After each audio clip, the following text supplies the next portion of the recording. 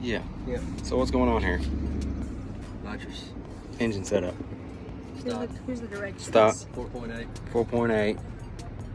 Got a hoe and number 6 piston. Here's But the we got instructions. nitrous. We have nitrous. That's hilarious.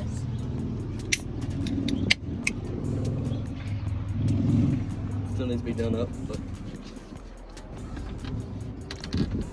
Now what's really done to it? huh? Now what's really done to it? 6 liter heads, cam, intake. You know, the stuff. Good cam. Decent cam. LS Blue cam. Trick flow heads, fast intake. Truck won the Carl Casper's what? Fuck, I don't even remember what year it was. It was one of the last ones. It supposedly won something. What would that be? Post 2000 GM truck or some shit. Viper coilovers, DJM lowers, some kind of eBay special uppers.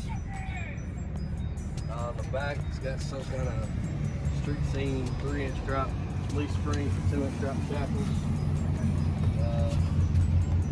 Shock lubrication, Vikings, dual adjustable, which is about to be redone.